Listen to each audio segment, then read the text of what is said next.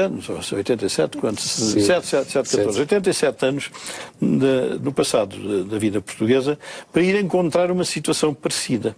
Um Estado falido, que heroicamente não aceitou uma imposição vinda de fora, na altura da Sociedade das Nações. Tivemos um ministro, como veremos, Aivens Ferraz, que quando chegou aqui já sabia que ele tinha patrioticamente rejeitado as sugestões, e então foi aplaudido pelas estações de caminhos de ferro, em especial em Coimbra. Porque punham condições para nos emprestarem dinheiro, que ele achou, qualquer pessoa achava, que aquilo era demais. E ele rejeitou. E isso teve uma consequência. Os portugueses conhecem bem a consequência. É que um ano e tal depois tivemos o Dr. Salazar.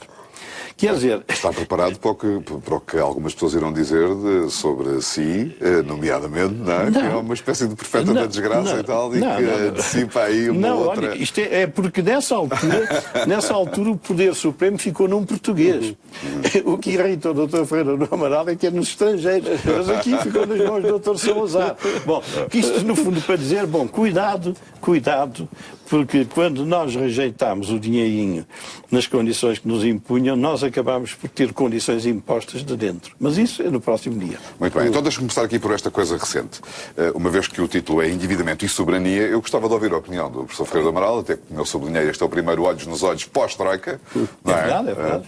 Não me lembrava disso. Sentimos diferentes, não é? Eu não dei por nada. Eu não dei por pós-Troika. Deixa-me perguntar-lhe, ouvir a sua opinião, se conquistámos alguma soberania desde sábado.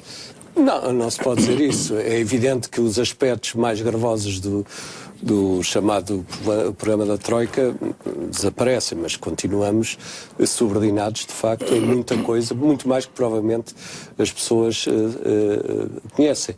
Porque existe em funcionamento hoje, desde o ano passado, o chamado Tratado Orçamental. Ele não se chama assim na realidade, tem um nome mais comprido, mas toda a gente chama Tratado Orçamental, que nós assinamos. Aliás, fomos o primeiro país a aprovar. Pois fomos. E que nos impõe um conjunto de regras para o futuro que tem um grande problema, é que não podemos cumprir.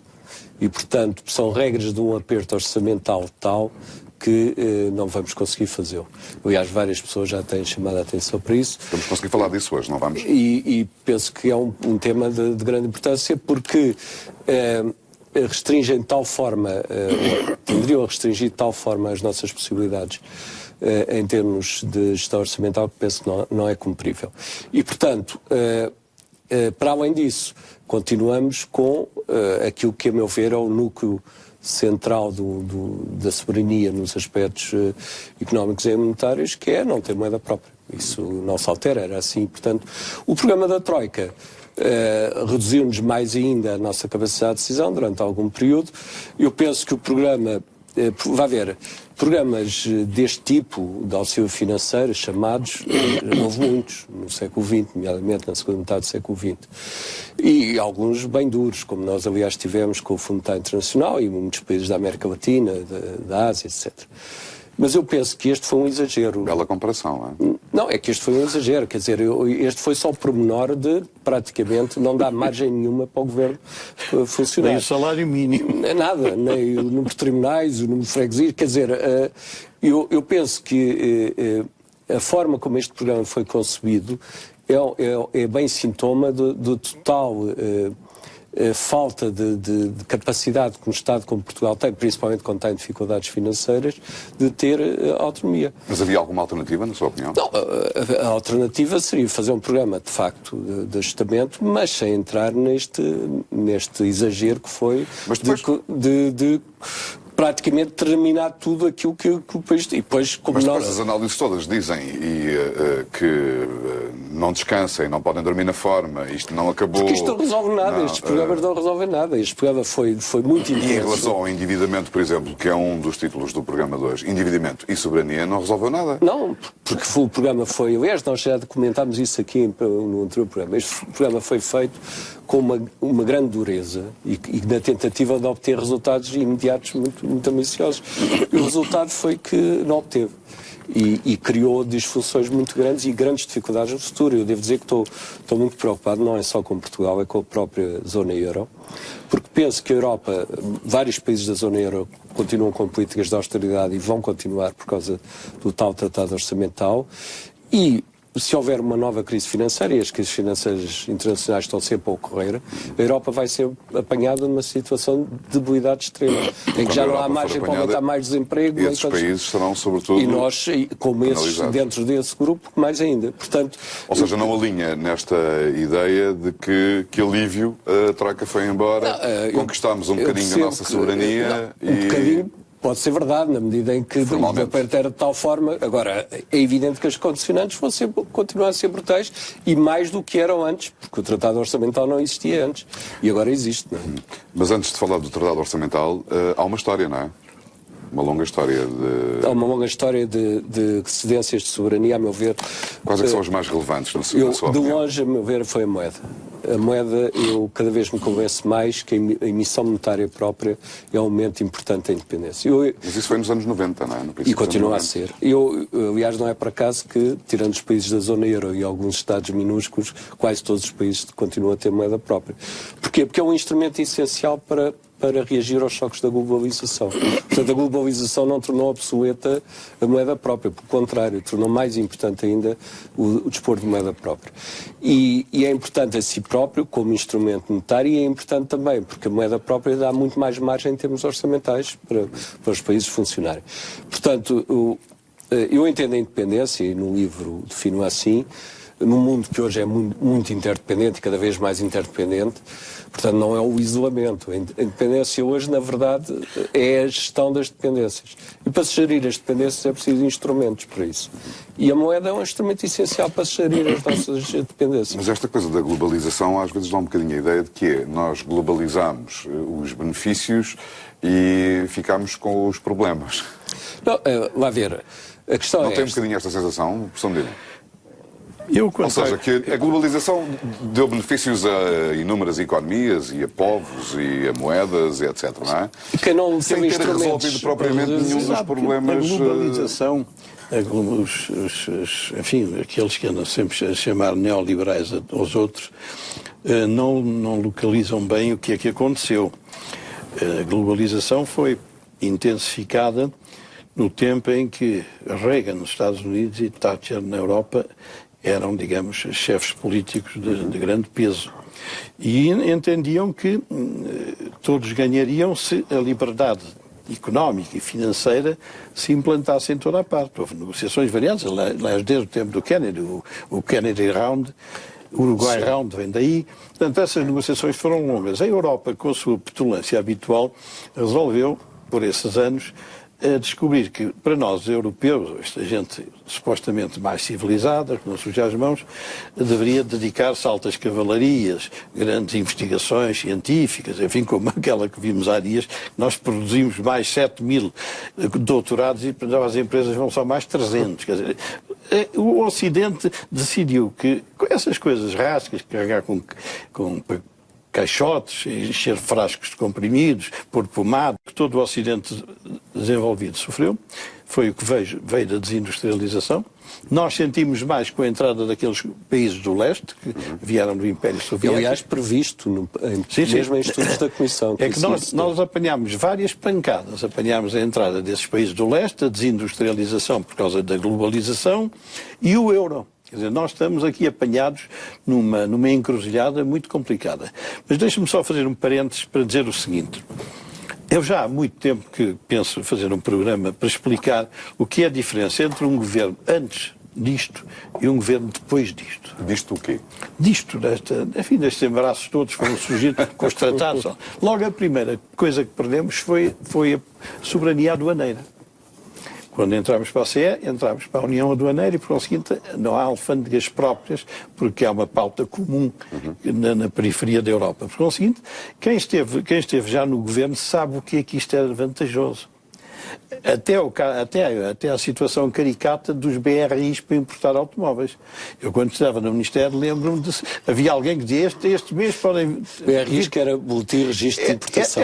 Exato, aquilo era para efeitos estatísticos, mas o pessoal agarrou logo no papel só 300 carros, então não havia dinheiro. O BRI era mais soberano que tudo o que os governos podem hoje fazer. Podemos, por exemplo, esquece que aquilo assenta num pressuposto, que é o da moeda própria, porque naquele tempo nunca se falia. Podíamos falir lá fora. O nosso embaraço nesses tempos era não termos dólares. Mas escudos tínhamos sempre, era só mandar imprimir ali no carregado, não sei bem onde é que era. O Estado cumpria sempre os seus compromissos. Quer dizer, havia sempre dinheiro para os pensionistas. Claro, isto era uma fantasia, porque depois vinha a inflação que comia à sua maneira. Mas a inflação era um poder do Estado, nessa era uma vantagem do Estado. Por conseguinte, não perdemos a quantidade, perdemos os juros, perdemos os câmbios, perdemos a autonomia orçamental, quer dizer, em 15, 20 anos, estes governos, e particularmente o nosso, perderam tudo. E estes governos já deviam ter vindo explicar à televisão. Eu farto-me de insistir para que expliquem pela televisão o que é que se passa. É que falar de um governo de há 25 anos e falar de um governo de hoje não tem a mais pequena semelhança. Do ponto de vista de poder, não tem a mais pequena semelhança. E por isso é muito difícil governar hoje. Mas, na verdade, isso é um caminho sem regresso, professor Fernando Amaral. Não, quer dizer, não é? Eu acho que deve ter regresso, por isso é que mas acha verdadeiramente crível?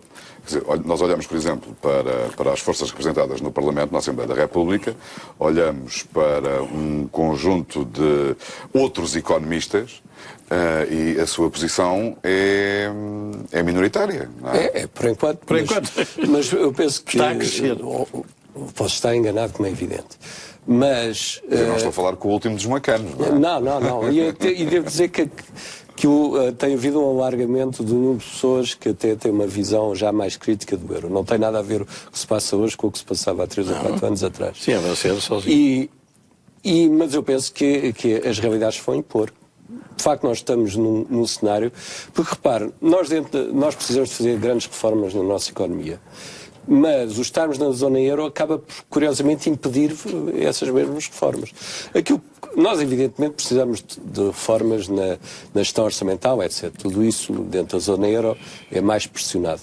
E precisamos disso. Mas, talvez mais essencial ainda que reformas na gestão orçamental, é a própria reforma da estrutura produtiva portuguesa, que implica investir muito na produção e nova capacidade produtiva nos bens que nós chamamos de transacionáveis. Agricultura, indústria, isto é, bens que são suscetíveis de troca com o exterior.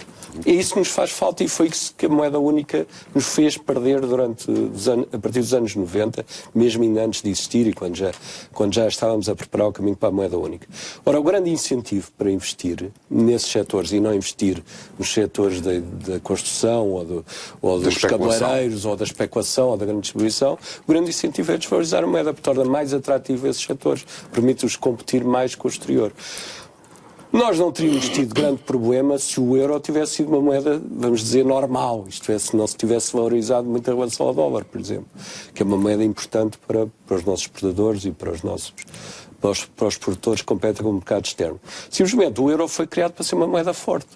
Isto é, uma moeda que se valorizava a Alemanha. A Alemanha impôs as suas condições. Como sabe, a moeda única resultou de uma ideia, já tinha havido tentativas no passado, mas no final dos anos 80 foi uma ideia do presidente Mitterrand para tentar agarrar a Alemanha, que estava em processo de reunificação, agarrar ao Ocidente Europeu e não se desviar para o Oeste no seu, digamos, na sua expansão económica. A Alemanha disse que sim, mas com condições. E as condições é a moeda única ser feita à imagem e semelhança do marco alemão, no dizer do chanceler na altura, ser uma moeda tão forte como era o marco alemão. E foi.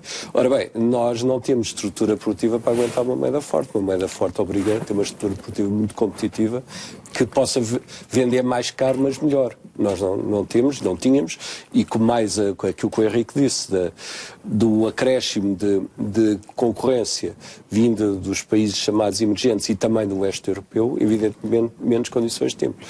E hoje temos uma situação que para um economista é completamente absurda, que é um país como Portugal, que tem uma dívida externa, eu não estou a falar da dívida do Estado, estou a falar da dívida da economia no seu conjunto, das maiores do mundo, e ter uma moeda que é mais forte do mundo.